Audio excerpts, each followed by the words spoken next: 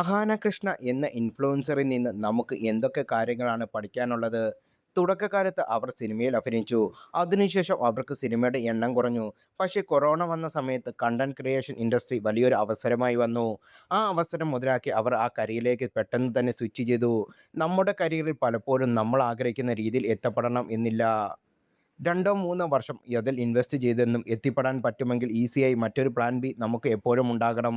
കാലത്തിനനുസരിച്ച് പുതിയ അവസരങ്ങൾ വരുമ്പോൾ അതിനെപ്പറ്റി മനസ്സിലാക്കുകയും നല്ല രീതിയിൽ റിസർച്ച് ചെയ്ത് പുതിയ കരിയറിലേക്ക് സ്വിച്ച് ചെയ്യുകയും ചെയ്യുന്നത് നല്ലൊരു ഓപ്ഷൻ തന്നെയാണെന്ന് ടു ടോക്സിസിൽ ഇൻസ്റ്റാഗ്രാമിൽ റീലിൽ പറയുന്നു. വീഡിയോയ്ക്ക് അഹാന മറുപടിയുമായി എത്തി. നന്ദി, പക്ഷെ ഒരിക്കലും കരിയർ സ്വിച്ച് നടത്തിയിട്ടില്ല. എൻ്റെ കഴിവുകൾ എക്സ്പ്ലോർ ചെയ്യുന്ന ഞാൻ ആസ്വദിക്കുന്ന കാര്യത്തിലേക്ക് കഴിവ് കാണിക്കുന്നു.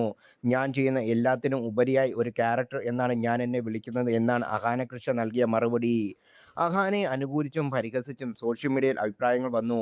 നടിയാണെന്ന് സ്വയം പറഞ്ഞാലും സിനിമകൾ കാണുന്നില്ലല്ലോ എന്നാണ് പലരുടെയും ചോദ്യം.